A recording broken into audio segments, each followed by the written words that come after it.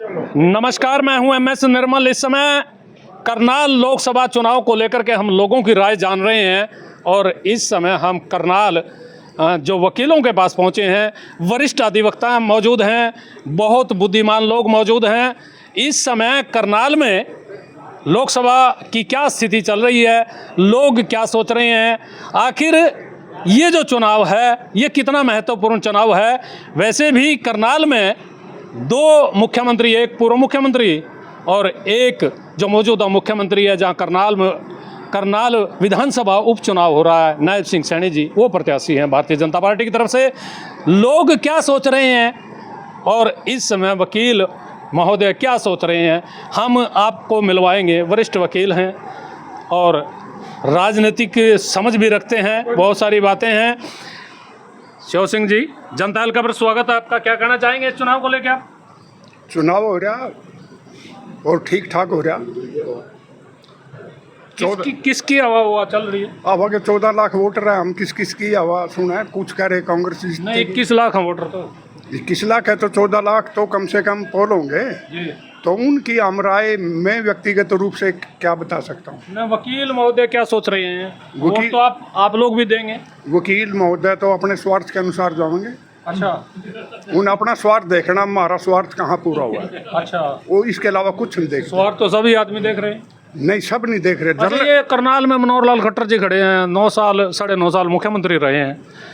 क्या लग रहा है आपने, कुछ लोगों में बदलाव की बात आ रही है? लोगों में बदलाव की बात पब्लिक ही कर देगी। बदलाव जो ठीक ठाक होगी पब्लिक कर देगी। अच्छा, और क्या? इनके जो काम हैं 9.5 साल के, किसानों को, मजदूरों के, बेरोजगारी के, महंगाई के, भ्रष्टाचार के, ये कहीं आड़े आ रहे हैं? ये आड़े आ रहे हैं पब्लिक में। और ये एक डंडोरा था, ये तो भी किसानों का। इन्होंने किसानों का रास्ता रोका, अपनी कब्र खोद दी।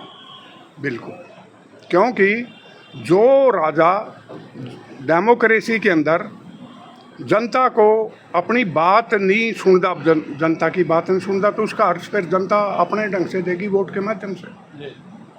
ये बात है। अच्छा, दूसरा ये एक आप लोग वकील हैं, ये जो कार्रवाइयाँ हो रही हैं भ्रष्टाचारियों के खिलाफ, प्रधानमंत्री जी कह रहे जो भ्रष्टाचारी है उसके खिलाफ कार्रवाई होगी, लेकिन विपक्ष कह रहा है भाई ये जो विरोधी हैं उनको दबा रहे हैं, ईडी का नाजायज इस्तेमाल हो रहा है, सीबीआई का नाजायज इस्तेमाल हो रहा है विरोधियों को दबाने के लिए। आप ये बिल्कुल ठीक है। ये बिल्कुल ठीक है। विपक्ष को ख़त्म करना चाह रहे हैं, ये डेमोक्रेसी थोड़ी है। आप सुनो, विपक्ष की भी बात सुनो। और ईडी को हथियार बनाए हुए। अब एक तरफ तो ये कह रहे थे चक्की पीसिंग, और फिर अगले दिन जाकर प्राइम मिनिस्टर की स्टेज पर जाकर फिर वो पीसिंग कहाँ गई? फिर भ्रष्टाचार खत्म हो गया, फिर भ्रष्टाचार ही नहीं रहा हो। मतलब जो लोग भाजपा में आ जाते हैं, जिनको भ्रष्टाचारी पहले कहते हैं, भाजपा में आ जाते हैं तो फिर पाक साफ हो जाते हैं। फिर वो गंगा जी है ना, ये अपने आप को गंगा जी मानते हैं कि ये गंगा जी है, अरे यहाँ आओ और वो करो। ये ईडी को एज ए साधन प्रयोग कर रहे हैं, जो कि डेमोक्रेसी के अगेंस्ट है। और ये मुद्दा भी है इस पर? है, क्यों नहीं? बिल्कुल है मुद्दा। अगर वोटर ने अपने आप देखना क्या है क्या नहीं है। अरे प्रधानमंत्री जी कह रहे मोदी की गारंटी है। मोदी की गारंटी 5 किलो अनाज की गारंटी है। जब इतने डाउन स्तर पर पब्लिक आएगी कि वो 5 किलो ही अनाज के ऊपर है, तो फिर क्या गारंटा है? बोलो क्या गारंटी है? अच्छा, ये गारंटी होगी रोजगार की। अच्छा, रोजगार की आपने बात करी, तो रोजगार को लेकर भी तो कहा था 2 करोड़ लोगों को रोजगार मिलेगा हर साल। फिर कहाँ हुआ? बाहर के आदमी लगे सारे के सारे। मेरे पास लिस्ट है, कम दो तुम्हें दिखाऊं।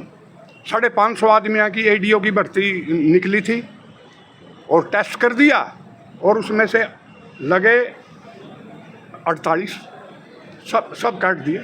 अच्छा, आपको लगा इस बार कोई कांटे का मुकाबला करनाल में है? बीजेपी का, कांग्रेस का आमने सामने बिल्कुल डायरेक्ट। अच्छा, यूँ कह रहे थे पहले तो भाई यहाँ तो जो मिली भगत से ये जो टिकट दिया गया है, हुड्डा ने मिली भगत की या खट्टर से ये टिकट ऐसा, ये तो ये बकवासबाजी है, बिल्कुल बकवासबाजी है, डायरेक्ट।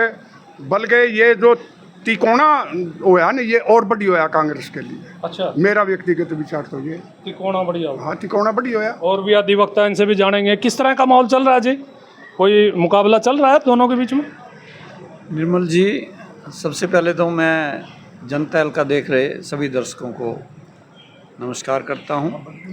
और ये कहना चाहूँगा कि आज जो शुरू में माहौल था, आपने पहले भी एक इंटरव्यू लिया था, उसमें आप कह रहे थे कि नया कैंडिडेट है और इसको प्लेट में परोस के दे रहा है हुड्डा सीट। वो बात मैंने उस दिन भी कहा था कि ये सब बात झूठी है। खट्टर की खिलाफत बहुत है और बुद्धि राजा जो है वकील साहब, मैं बीच में रोकना चाहूँ, मैं नहीं कह रहा था, आपके जितने जो दूसरे दलों के लोग हैं इनेलो विशेष तौर पर खुलेआम आरोप लगाती है। इन्हें लोग बड़े नेता ये आरोप चलो वो तो हर पार्टी अपने हिसाब से अपने स्वार्थ के मुताबिक आरोप भी लगाती, प्रति आरोप भी लगाती है, लेकिन बुद्धि राजा जो है यूथ कांग्रेस का प्रेसिडेंट है और अब इंडिया गठबंधन है, आम आदमी पार्टी उनका समर्थन दे रही है, उनके साथ है और वर्कर कंधे से कंधा मिला करके काम कर रहे हैं। और आज बुद्धि राजा की पोजीशन जो है, हम भी फील्ड में ही रहते हैं, खट्टर से कहीं बुद्धि राजा जब मैदान में आए आपको कुछ थोड़ी लग रहा था अभी थोड़े कमजोर हैं? कुछ कमजोर थे, लोग जानते नहीं थे कि बुद्धि राजा कौन है, लेकिन अभी बच्चे बच्चे की ज़बान पे बुद्धि राजा का नाम है और खट्टर से वो एक नंबर पे चल रहे हैं। इतना कांटे की टक्कर है कि खट्टर को पछाड़ के, क्योंकि खट्टर से बहुत नाराज़ हैं लोग, यहाँ शहर के लोग भी नाराज़ हैं, गांव में तो है ही नाराज़गी उसके प्रति। अच्छा। कर्मचारी उनसे नाराज़, आंगनवाड़ी वर्कर उनसे नाराज़, मिड डे मील वाले। खट्टर साहब ने तो सुनी किसी की नहीं, उनको पता ही नहीं था कि करना क्या, किसका भला। किसान उनसे नाराज़, कर्मचारी उनसे नाराज़, सरपंच उनसे नाराज़। गांव में सरपंचों की मान होती है, इज्जत होती है, गांव उनकी बात मानता है, लेकिन उन्होंने तो उन्हीं पे लाठियां चलवा दी, उनकी बात सुनने से इनकार कर दिया, तो गांव वालों की क्या सुनेंगे। ये हर इंसान, हर बच्चा गांव का भी ये समझ रहा है। इसलिए क्या लग रहा है जी आपको कहीं खट्टर ने किसी की सुनवाई नहीं की? अब रोज आप बात करें। ऐसा है कि अब करनाल में मुकाबला कांटे का है और ये नहीं कह सकता कि कौन निकलेगा, और मुद्दों पे लड़ाई है। ये नहीं कि कोई धर्म के तौर पे या हिंदू मुसलमान के हिसाब से इस नहीं चल रहे लोग मुद्दों पे, रोज़गार पे और भ्रष्टाचार के खिलाफ अपने आप जागरूक हैं और इस बात पे ही वो वोट करेंगे। यानी जो मुद्दे थे, मुद्दे अभी लोगों पे हावी हैं। हाँ, मुद्दे हावी हैं और पूरा मुकाबला है। ये बाद में 4 तारीख को ही पता लगेगा। 4 तारीख को पता लगेगा वकील साहब, 4 तारीख को पता लगेगा। 4 तारीख को क्योंकि गिनती है। क्या ईमानदारी की बात हो रही थी? यहाँ खट्टर साहब बड़ी ईमानदारी की बात करते थे, विकास की बात करते थे, सबका साथ सबका विकास करते थे। कुछ वो मुद्दे काम कर रहे हैं उनके लिए? ऐसे है, पहले तो मैं जननायक तहलका का धन्यवाद करता हूँ कि आप ये इलेक्शन के समय में विचार लेते हैं। जहाँ तक सवाल बीजेपी या कांग्रेस का है, अपनी अपनी राजनीति, अपने अपने सिस्टम पर चल रहे हैं। और ये अब मोहनलाल खट्टर जी के बारे में बात आई है, तो इनका एक पहला चुनाव चला, इस चुनाव में जेजेपी के साथ इनका समर्थन हुआ। दोनों पार्टियों ने मिलकर अच्छी सरकार चलाई, अच्छे काम किए और उन काम के चौधरी देवीलाल की नीतियों का भी एक मिनिमम कॉमन प्रोग्राम बनाए गए। उन प्रोग्राम को श्री दुष्यंत चौटाला जी ने बहुत अच्छी तरह से पूरा किया है। चाहे उसमें 8% आरक्षण देने को बैकवर्ड क्लास की उसकी बात हो, चाहे भी 50% लेडीज़ को पंचायत में देने की बात हो, चाहे उसके अंदर दूसरी उनको 50% के साथ साथ 33% जो वो तो काम किए, अच्छे किए। क्या उन कामों के बदले में लोगों में कोई है इनके प्रति? हाँ, वही चीज़ है ना, जब बात चलती है तो आज के टाइम में लोग ना कांग्रेस को ज़्यादा पसंद करते हैं ना बीजेपी को, क्योंकि दोनों देखी वाली पार्टी है। अच्छा। आने वाला टाइम नयों का है। पुराने विचारधारा जाके, जैसे कि हरियाणा के अंदर चौधरी देवीलाल की नीतियाँ, चौधरी देवीलाल की बातें हैं, जो उनकी नीतियों को आगे लेकर चल रहा है, तो हरियाणा में उसी की बात आएगी, उसी को लोग सुनेंगे। तो आप जेजेपी से जुड़े हैं क्या? हाँ, मैं district legal cell president Dharmveer Singh ji. है जी। और मैं जेजेपी से नहीं जुड़ा, मैं एक विचारधारा से, चौधरी देवीलाल की विचारधारा से जुड़े हैं। और चौधरी देवीलाल जी की विचारधारा को आपके नज़र में करनाल का चुनाव कैसे रहेगा? यहाँ कांटे का है। सब आदमी, जितने भी कैंडिडेट हैं, कम से कम 8-9 कैंडिडेट हैं, सब आज के टाइम में जीत रहे हैं। कोई अपने आप को हार नहीं कहता और कोई ये नहीं कहता कि मैं हारूंगा। जिसको भी आप देंगे सब जीतते हैं। जब यहाँ तो ये इलेक्शन उसको 25 को होगा और 4 को रिजल्ट बता देगा हरियाणा में कौन जीत रहा है, कौन है। ये कांग्रेस और बीजेपी की बात नहीं है, और भी देखियो क्या रिजल्ट, नए रिजल्ट आएंगे। अच्छा, अब मतलब आप सोच रहे हैं नया कोई होने वाला? नए भी रिजल्ट आएंगे। खाली ये 2 बातों की नहीं, यहाँ पर इसको इलेक्शन को आप अपने इसके जनता तल करो, दूसरी पार्टियों का भी आप उनके भी सुनो कि उनके क्या क्या विचार है, किस बात। सुन रहे हैं, इसलिए तो आपके भी सुन रहे हैं। ठीक है सर, हमारा कोई किसी से वो थोड़ा है, हम सब के सुन रहे हैं। लेकिन 4 को परिणाम बदलेंगे वकील साहब, कुछ लग रहा है आपको? अब मुकाबला लग रहा है हमें तो। है मुकाबला किन किन मुद्दों पे? मुद्दा तो मेन एक मुद्दा और भी है जो भाइयों ने बात की। इसके अलावा एक मुद्दा और भी है, लोग जो कहते हैं कि लाइन में लगा दिया लोगों को जी जी हर काम के लिए, आधार के लिए, राशन कार्ड के लिए, जो लोग लाइन में लगे रहते हैं। अच्छा, एक सबसे जो गांव में जाके बात करो आप जमींदारों का, देखो पिछले 5 साल से जब ट्राली लेके आते थे लाइन में एक एक 2-2 दिन लगते थे, समझे। अब की बार क्या है कि एक से एक भी लाइन नहीं लगी। अच्छा, क्यों नहीं लगी? इलेक्शन था। इसका मतलब ये 5 साल से लोग जमींदारों को वैसे ही तंग कर रहे थे। मतलब जानबूझ के तंग किया जा रहा है, आप ऐसा मान रहे हैं? हाँ, मतलब जानबूझ के नहीं तो व्यवस्था तो एटलीस्ट नहीं थी उनकी, उन्होंने बिना सोचे समझे लोग व्यवस्था में खामी मान रहे हैं? हाँ, मैं ये मान रहा अच्छा, हूँ। व्यवस्था में खामी मान रहे हैं या भ्रष्टाचार, बेरोजगारी, महंगाई, ये भी कहीं रहेंगे मुद्दे? बिल्कुल रहेंगे जी, ऐसे? रहेंगे, ये भी रहेंगे। अच्छा, हाँ, लोग ये सोच करके वोट करेंगे? हाँ बिल्कुल। और ये मनोहर खट्टर कह रहे बहुत बढ़िया काम हुए हैं, इतने तो कभी हुए नहीं जितना काम हो गया। जब आप जाओ तो इंडिविजुअल उस पर तो इनकी खिलाफत है। खिलाफ है। ये देखिए, वकीलों में इस समय जो राय मुसावरी हो रही है, ये जो राय है, आखिर ये राय इस तरह की क्यों बन रही है लोगों में कि जो सरकार है उसके प्रति जनता में नाराज़गी है, और नाराज़गी का परिणाम आने वाली 25 मई को वोट के रूप में हो सकता है। जयप्रकाश जी, जनता हल्का पर स्वागत है, क्या कहना चाह रहे हैं? मैं सबसे पहले तो जनता का जो जनता की ताकत है, जो समाचार सच्चे और सही और सत्य धरातल के समाचार जनता तक पहुंचाती है, उसके लिए श्री मेयर सिंह निर्मल जी का और पूरी आपकी जो टीम है उसका मैं बहुत बहुत आभारी भी हूं, धन्यवाद भी करता हूं और शुभकामनाएं भी देता हूं। आप ये देखें कि चौधरी देवीलाल जी के समय में एक व्यवस्था बनाई गई थी कि कोई भी किसान अपना अनाज देश में कहीं भी बेच सकता है। वो व्यवस्था वैसे तो कागजों में तो आज भी जारी है, लेकिन हरियाणा में जैसे पोर्टल बना दिया, और मेरे खेत में मान लो 25 क्विंटल गेहूँ हुई है, मैंने 25 क्विंटल का पोर्टल भरा तो 25 क्विंटल नहीं लेते, धान नहीं बिकता। दूसरी तरफ हमारी मांग तो थी, जब मोदी जी विश्वनाथन रिपोर्ट को लागू करने के बहाने से सत्ता में आए तो किसान स्वामीनाथन सॉरी विश्वनाथन निकल गया, स्वामीनाथन की रिपोर्ट के आधार पर प्रधानमंत्री बने तो किसानों के अंदर बड़ा उत्साह था, किसानों ने बढ़ चढ़ करके वोट दी थी और उनके मन में ये था भी अब हमारा प्रधानमंत्री आ गया जो हमारी प्रगति के लिए अच्छा साबित होगा। लेकिन वो उल्टा पोर्टल बन गया। समर्थ लोगों में, आप ये कहना चाह रहे हैं, लोगों में जो प्रधानमंत्री को लेकर के पहले जो भावनाएं थी वो बदल रही हैं, वो काफ़ी हद तक गिर चुकी है, क्योंकि जो 750 किसान नहीं आप एक चीज़ और बताइए, तो कह रहे देश में विदेश में डंका बज रहा है प्रधानमंत्री मोदी के नाम पर। देखिए, जहाँ तक विदेश गिर गई है, नहीं देश और विदेश की बात है, डंका बजेगा, बहुत आसान है डंका बजवाना, इससे भी बड़ा डंका कोई और बजवा सकता है जब वो ये कहेगा कि ये जो देश है विभिन्न धर्मों का देश है, विभिन्न जातियों का, विभिन्न परंपराओं का, कबीले, आदिवासी, कहीं अलग अलग लोग, कहीं हिंदू, मुस्लिम, सिख, ईसाई और दूसरे लोग, इसमें 2378 जातियाँ और विभिन्न धर्म इस देश में है, लेकिन बहुमत में हिंदू है। और ये हिंदू हिंदू हिंदू करके संगठित करके हिंदू मुसलमान ही हो रहा वहाँ। हाँ, इससे फायदा और दुख की बात पता क्या है। अच्छा, मैं थोड़ा सा यहीं करनाल पे आना चाह रहा था एक बार। ये जो करनाल का लोकसभा का चुनाव हो रहा है, इसमें क्या स्थिति है, आप लोग क्या मान रहे हैं? करनाल के लोकसभा चुनाव में जितने हमारे किसान संगठन है, उन्होंने वीरेंद्र मराठा जी को अपना समर्थन दे दिया है। आपकी पार्टी ने दिया ना? इंडियन नेशनल लोकदल ने भी समर्थन दिया है। अच्छा। इसलिए हमने अपना कैंडिडेट यहाँ से नहीं खड़ा किया। अच्छा। और किसानों ने ये एकजुटता दिखा रखी है कि वो मराठा जी को जिता करके छोड़ेंगे और उसके पूरे समर्थन में उसके साथ लगे हुए हैं।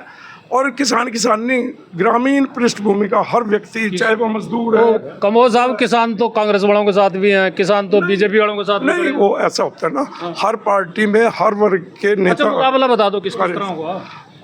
मुकाबला जो है वो मराठा का और बीजेपी का होगा।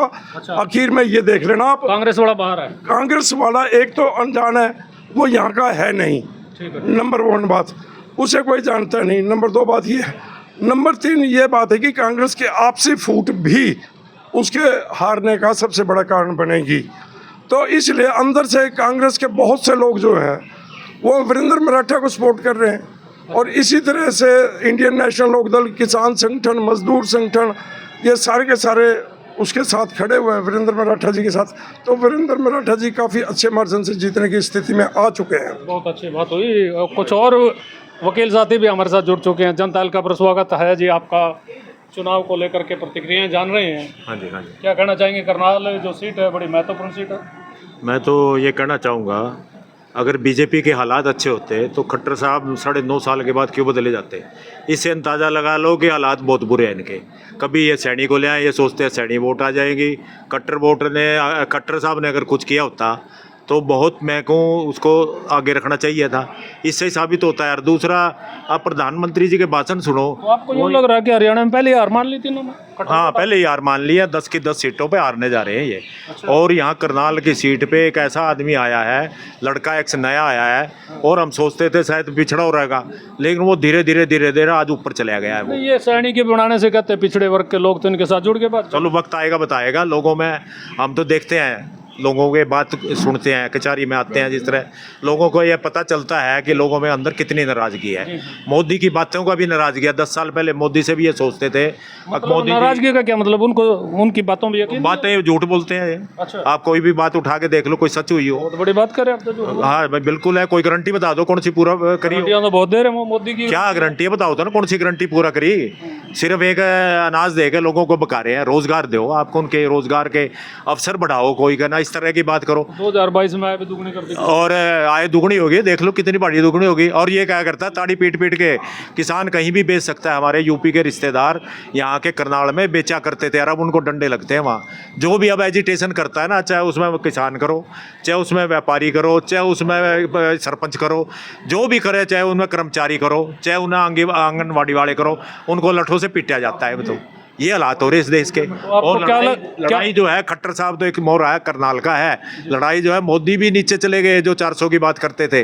मोदी को भी आप पजल देखो, कभी कहता है कि 2 भैंस हुई ना, आपकी भैंस ले। ये प्राइम मिनिस्टर का शोभा है। आपका मंगलसूत्र ले जाएंगे। कोई प्राइम मिनिस्टर की वर्डिंग थोड़ी है यार, ऐसी ऐसी बातें करना। एक प्राइम मिनिस्टर का लेवल तो बहुत होता है। इस तरह की बात है। 2 मकान है आपके। आपको लग रहा है पद की गरिमा कम? बिल्कुल गरिमा नहीं। जब हार आती है ना, तो आदमी क्या पता क्या कह रहा है, उसको नहीं पता, बुखड़ा जाता है। और उनको यही नहीं पता मैं क्या भाषण क्या दे रहा हूँ। अच्छे स्टेटस की भाषण करो। और मुझे तो धन्यवाद आप जैसे चैनल का, सोशल मीडिया का, जो कहते हैं दूसरे इलेक्ट्रॉनिक मीडिया, प्रिंट मीडिया जो है, वो सारे काबू किए हुए हैं। 400 पार की बात भी कर। 400 से 20 से 200 से नीचे है। अच्छा। 180 चले जाओ, 185 पे चले जाओ, ये सीटें आएंगी। देख लेना आप। लोगों के अंदर बड़ी रिजेंटमेंट है। अगर जो भी करेगा उसके, आप देखो ना, कहीं बहुत सी बातें ऐसी हैं। महिलाओं की देख लो, मणिपुर में इतना घिनौना हत्याकांड हुआ है, उसके ऊपर बोलना चाहिए था। दिल्ली में पहलवानों के साथ किया, फिर उसकी नहीं, आम आदमी पार्टी की कोई वो गलत है। अगर किसी ने किया है, मैं हम तो उसके हक में नहीं है। जब वो किया है तो वो भी होना चाहिए। लेकिन दिल्ली में पहलवानों की लड़कियों ने जब विरोध किया, और आपकी पुलिस ने फिर ये कहा, क्या मोदी जी का फर्ज नहीं बनता था? जो मेडल जीत के आई, आप इंक्वायरी कराओ, उसकी सच्चाई निकालो। बाद में भी तो आई है सच्चाई कि भाई ब्रिजभूषण सुन गलत करता था, तो टिकट भी दे दिया, उसको टिकट भी दे दिया।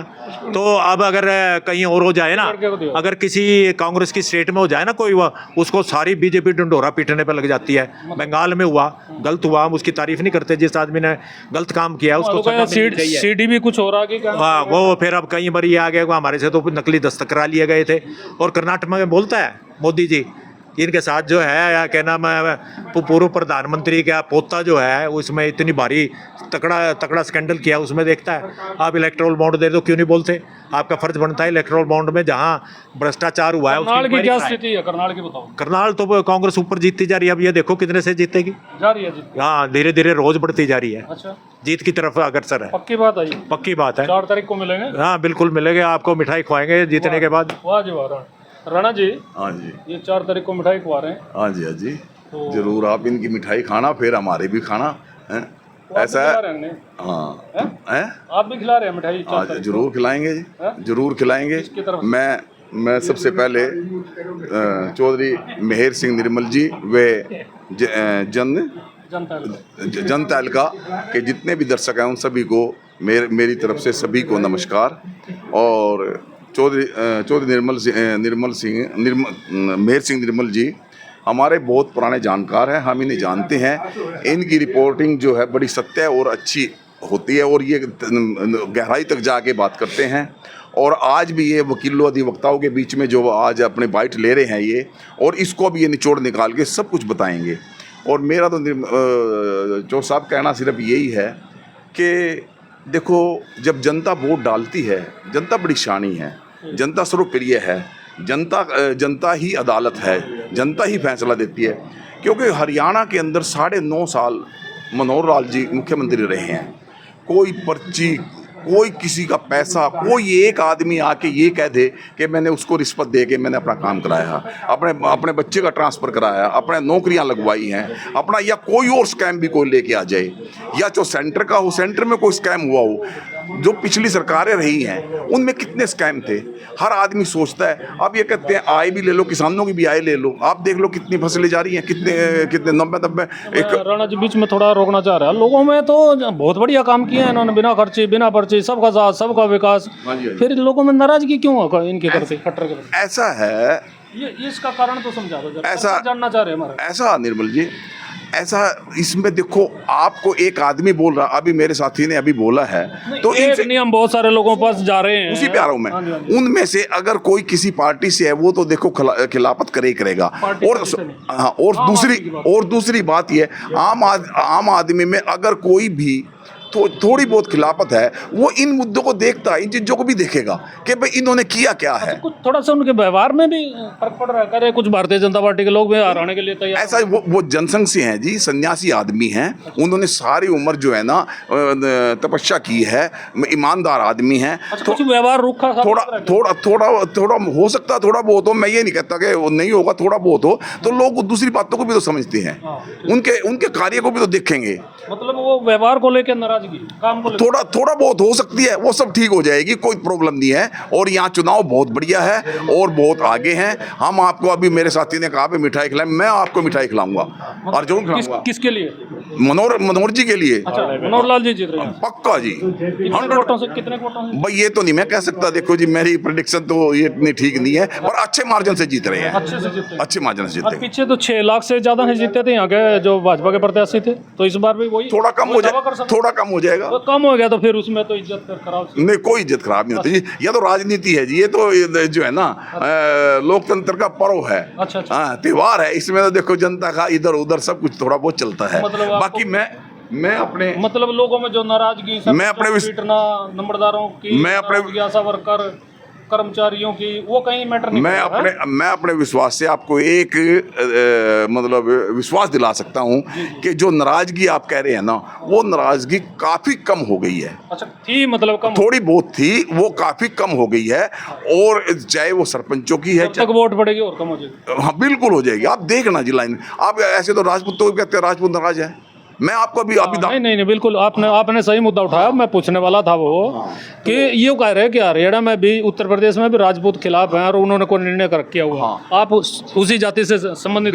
बिल्कुल मैं राजपूत हूँ, अशोक राणा मेरा नाम है। आप देख लेना 70 से 80% राजपूत बीजेपी को वोट डालेगा। 70 से 80%? यस, बहुत बड़ी बात है, बहुत बड़ी बात। आप देख लेना। अच्छा, कोई ऐसी नाराजगी नहीं है। इधर उधर तो नहीं हो जाए, आप बीजेपी से जुड़ रहे कहीं? नहीं, मैं बीजेपी से तो जुड़ा हुआ हूँ। अच्छा। हाँ, ये दो राय नहीं है, बीजेपी का हूँ और पक्का हूँ। इसीलिए और आपको पता है मेरी लॉयल्टी का, मैं तो चौधरी बंसीलाल के साथ। हाँ, मैं तो जो देखिए, अशोक जी ने बताया कि 4 तारीख को मिठाई खिलाएंगे, लेकिन लोगों की भावनाएं तो कुछ और नजर आ रही हैं। वकील साहब, कुछ लग रहा है आपको भी? मेरे लिए तो जी राष्ट्र सर्वोपरि है, और राष्ट्र हित में मोदी ने जो काम किया ना, उनका कोई जवाब नहीं। आप मोदी के भक्त हैं? मोदी के भक्त हैं, मोदी को ही वोट देंगे हम तो। बस 2 रुपये बात हो रही है। जो मुद्दों देश की समस्या उन्होंने सॉल्व करी है ना, 370 का मुद्दा कोई छोटा मुद्दा नहीं था। 370 का कोई छोटी बात नहीं थी ये। राम मंदिर कोई छोटी बात नहीं था। और सनातन संस्कृति को इतना आगे बढ़ा दिया उन्होंने, हम तो भूल ही गए थे हम हिंदू हैं। ये भी याद आया, हम तो हिंदू हैं भाई। अच्छा, ये जो हिंदू मुसलमान हो रहा है वकील साहब, इस पे भी कोई असर पड़ेगा? बिल्कुल पड़ेगा, क्यों नहीं पड़ेगा। अच्छा, जो मुद्दे उठाता है ये वोट के लिए यूनिफॉर्म सिविल कोड का मुद्दा है, ये होना चाहिए देश में। हमारा संविधान भी लाओ इसके लिए, एक देश एक कानून। हाँ बिल्कुल, आर्टिकल 44 है वो, उसके लिए कहता अब ये एक कानून होना चाहिए। देरी क्यों की? 10 साल हो गए थे, पहले कर लेते। ऐसा है, अब 10 साल ये इतने बड़े बड़े मुद्दे करे, 370 का करे, राम मंदिर का करे, उसका ट्रिपल तलाक का करे, 400 पार इसीलिए कर रहे थे, उसी के लिए चाहिए 400 पार। बहुत बड़े बड़े मुद्दे चीज और भी कहेंगे भाई यूँ कह रहे संविधान बदलना इन्होंने। संविधान की बदलने की बात नहीं होती है। संविधान तो मेरी बात सुन ले, नेहरू ने 16 बार बदला, इंदिरा गांधी ने 31 बार बदला, और मनमोहन ने 6 बार बदला, इसने तो एक बार भी नहीं बदला। वही अमेंडमेंट ही बदलाव हो, और क्या हुआ है? अच्छा मतलब इंदिरा गांधी ने 31 अमेंडमेंट करी है। 1976 में सेकुलर वर्ड सारे भीतर इमरजेंसी में जेल में ठोक कर और अमेंडमेंट करी इंदिरा गांधी ने 1975 में इमरजेंसी लाकर सारे अमेंडमेंट कर दी। ये देखिए भावनाएं अपने अपनी हैं और विचार अपने अपने हैं। चौहान जी ये तो कह रहे हैं संविधान बदल रहे हैं, कुछ बदलाव हो रहा है। एक मिनट से ये मेरे को क्या पता ये क्या करेंगे क्या नहीं करेंगे। अच्छा मेरे को क्या पता इस बात का। थोड़ा ज्ञान हो कोई ऐसा है जी। अब वो यदि मेजोरिटी में आता हमारे दर्शक पीछे से बता रहे हैं भाई वकील साहब को बड़ा ज्ञान है। नहीं ये गलत कह रहे, मेरे को कोई ज्ञान नहीं है। अच्छा हाँ मतलब ये 400 कह रहे, 400 पार है, संविधान बदलेंगे, कुछ इस तरह का नैरेटिव चल रहा है। अब ऑल ओवर इंडिया मेरे को क्या पता भी 400 पार जाओगे कि नीचे रहेंगे। ये तो पब्लिक का मुद्दा है और पब्लिक माई बाप है राज्य की, और वो बिल्कुल जो फैसला करेंगे बिल्कुल ठीक करेंगे। बुद्धिमान लोग हैं। और देखिए व्यक्तिगत, मैं वकील साहब यहाँ सहमत नहीं, मैं सहमत नहीं हूँ और ये व्यक्तिगत टिप्पणी अच्छी नहीं है। हम इस समय देश की बात कर रहे हैं, हम इस समय करनाल की बात कर रहे हैं, हम इस समय उन जनता की बात कर रहे हैं जिसको जनता जनार्दन कहते हैं। अब जनता जनार्दन ये 25 तारीख को अपना फैसला देगी। 25 तारीख को मतदान है। आप भी कुछ वकील साहब बीच में कह रहे थे, क्या कह रहे थे? ये ऐसा है निर्मल जी, जो 400 पार का नारा दिया था ना, उसका जो मंशा है अंदर से वो तो यही नज़र आती है कि ये डेमोक्रेसी को ख़त्म करना चाहते हैं, तानाशाही स्थापित करना चाहते हैं। जब 400 पार सीटें आ जाएंगी ना पार्लियामेंट में, तो ये अपने मन मर्जी से कुछ भी करना चाहते हैं। संविधान बदलो, जो मर्जी करो, क्योंकि एब्सोल्यूट मेजोरिटी इनको अभी दे रखी है। उसमें इन्होंने बहुत कुछ करना चाहा और कर रहे हैं, और 400 पार लेकर तो बिल्कुल मन मर्जी करना चाहते हैं। लोगों को तो चाहते क्या हैं और जनता क्या चाह रही है, लेकिन लोगों में ये जो इस समय बात आ रही है, मैं सिर्फ वकील महोदयों की बात आप लोगों तक पहुंचा रहा हूं। बात 400 पार की है, किसकी पार होगा, किसका बेड़ा पार होगा, बात बहुत सारे हैं। आखिर जी कुछ कह रहे थे आप? हाँ जी मैं ये कह रहा था, अभी हमारे एक साथी ने बोला है कि भाई संविधान को बदल देंगे या ये प्रजातंत्र खत्म हो जाएगा। देखो ना तो कभी प्रजातंत्र खत्म होगा, क्योंकि प्रजातंत्र का तो यहाँ के प्रजातंत्र का दुनिया। मैं आपकी थोड़ी बात दुरुस्त कर दूं, ये तो घर से जब आग लगती है ना घर में, घर से जाती है। आपके कहीं एक MP ने ये बात कही थी भाई हम संविधान बदलना चाह रहे हैं। नहीं, मुझे मेरे नॉलेज में नहीं है किसी MP ने कहा कि नहीं कहा है। नहीं, हाँ कोई नहीं, हमें नहीं पता। बाकी जो अब ये बोल रहे हैं ना संविधान चेंज होगा, अमेंडमेंट होती है जरूरत के अनुसार। हर किसी ने अमेंडमेंट की है, मोदी ने तो कोई अमेंडमेंट भी नहीं की अभी तक। अच्छा। हाँ, और आप पिछले रिकॉर्ड उठा के देख ले कितनी अमेंडमेंट हो रही है। इंदिरा गांधी अंदर उसमें जेल के अंदर डाल दिया। धारा 370 की तो अमेंडमेंट होगी।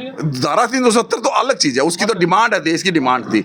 आप भी किसी से पूछ करो। आप अगर अगर आपको मैं पूछता हूँ धारा 370 के लिए, ये जो बात आ रही है ये संविधान बदलने की, इसमें कोई सच्चाई नजर? कोई सच्चाई नहीं है। ना संविधान बदल सकता, ना किसी की ताकत है कोई संविधान को बदल दे। गरीब लोगों में तो अभी आपका आरक्षण खत्म हो जाएगा, संविधान बदल जाएगा। कोई आरक्षण नहीं खत्म हो सकता, ना किया जा सकता, ना कोई करेगा।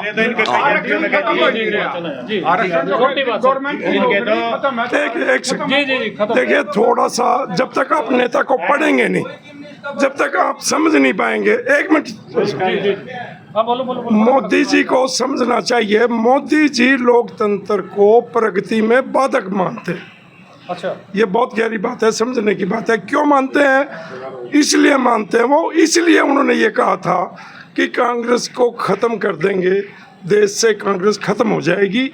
विपक्ष को खत्म करना अच्छी बात नहीं है। विपक्ष के कारण इसीलिए उन पे तानाशाही के आरोप लग रहे हैं, तानाशाही करते हैं। तानाशाही नहीं, इसी वजह से ये जो बीज उत्पन्न हुआ है ना संविधान को बदलने का या खत्म करने का, ये बिल्कुल इस बात पर आ गए। मोदी जी की सोच ये है कि जैसे चीन में, नॉर्थ कोरिया में और रसिया के अंदर पुतिन जैसे करता है। अच्छा, एक चीज और भी बीच में पूछना चाह रहे हैं आप, लंबा नहीं करें। मैं ये सिर्फ ये कह रहा हूँ, ये न्यू कह रहे भाई आगे से चुनाव ही नहीं होंगे। नहीं, मैं इसलिए कह रहा हूँ कि ये संविधान के बारे में जो संशय पैदा हुआ, ये इसलिए हुआ कि उनकी सोच ये थी कि ये जो चुनाव होते हैं इसमें ताकत कई बार कम मिलती है, अगर पूरी ताकत हो जाएगी तो फिर मैं भी चीन की तरह से, नॉर्थ कोरिया की तरह से और रसिया की तरह से काम कर पाऊंगा। अब ये अच्छी नीयत से कह रहे, बुरी नीयत से कह रहे, मैं नहीं कह रहा, लेकिन ये आपको लग लोकतंत्र रहा के विरुद्ध है, है। आपको लग रहा है ऐसे नीयत में थोड़ा खोट है, हाँ? नहीं, नीयत का उद्देश्य में कि खोट नहीं हो सकता है, अच्छा अच्छा। क्योंकि ऐसा नहीं है, राजा निरंकुश होते हैं, उन्होंने भी अच्छे काम किए हैं, लेकिन जब लोकतंत्र सर्वोपरि है, जब लोकतंत्र सर्वोपरि हो जाता है तो फिर उसके पश्चात इन चीज़ों का कोई महत्व नहीं रह जाता कि किसी पार्टी को ख़त्म किया जाए या किसी पार्टी को जन्मा जाए। वो तो लोगों के हाथ में है, संविधान के हाथ में है, संविधान के लोगों के हाथ में, और लोग 25 तारीख को हरियाणा में अपना फैसला करेंगे। लोकसभा में किसकी जीत होगी, किसकी हार होगी, वो 25 तारीख को मतपेटियों में बंद हो जाएगा। वकील महोदय जितने भी यहाँ मौजूद थे, सब ने अपनी अपनी राय रखी है। आप लोग इन वकील महोदयों की राय से कितना इत्तेफाक रखते हैं, ये तो आप अपने कमेंट बॉक्स में अपनी राय बताइए। लेकिन सब लोगों ने अपने अपने हिसाब से करनाल लोकसभा सहित पूरे देश की और हरियाणा की जो राजनीतिक परिस्थितियां हैं, राजनीतिक जो उठापटक है, उस पर चर्चा की है। आप देखते रहिए जनता एल का। मैं हूं MS निर्मल।